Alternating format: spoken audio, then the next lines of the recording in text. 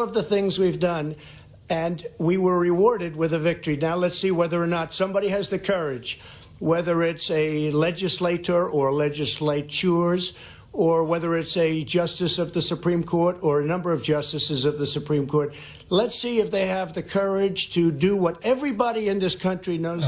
Jenna, Ellis asked to say something. I'm not sure what, but what is it you wanted to say? You have some kind of closing statement? Thank you. And I appreciate all of the members of the panel. And typically what I've done before 2 other states is to explain the Constitution and to explain your duty. And when you are saying that there are concerns but only looking forward, you're not doing your constitutionally obligated and mandated duty. And what we're here to do today is to present to you the evidence that we've been able to do in the last 4 hours. Mayor Giuliani is very correct that this is only a sample. But no honest person can hear these citizens of your own state today look at what happened in Wayne County with the bullying of the 2 GOP Board of Canvassers when they didn't want to certify the election, and can let this proceed. What the Constitution obligates you to do is to take back your plenary power because the certification was false, clearly.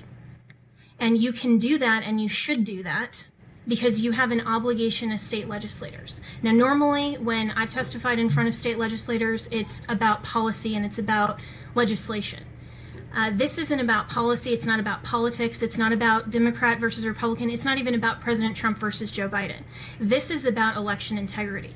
This is about making sure that the people of the state of Michigan are not disenfranchised based on fraud and corruption. That's the reason that we are here. And I asked you at the very beginning to put aside your party and your preconceptions to listen honestly to the people who've appeared before you. And because America cannot function and exist without free and fair elections. Our founders understood that, and that's why they obligated you to be the last guardians of that process.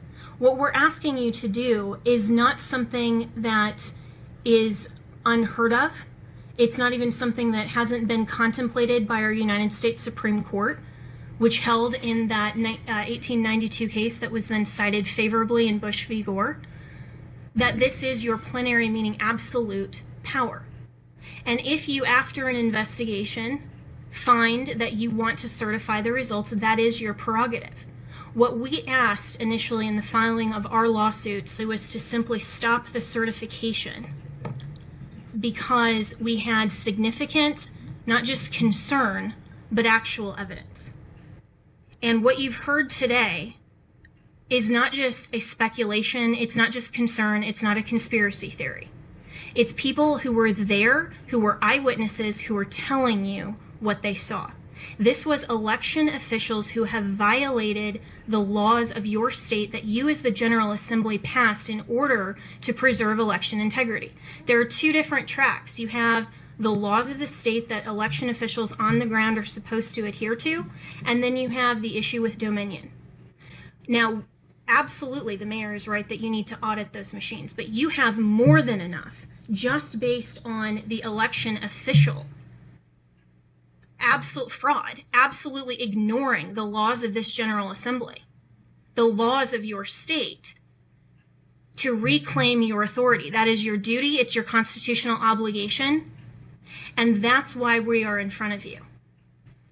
That this is not about policy, it's not about politics, it's not about Democrats versus Republicans. This is about making sure that we are not the generation that is the weakest link in America that does not preserve and protect our free and fair elections and our right to select our commander-in-chief into the next generation. That's what this is about. Thank you.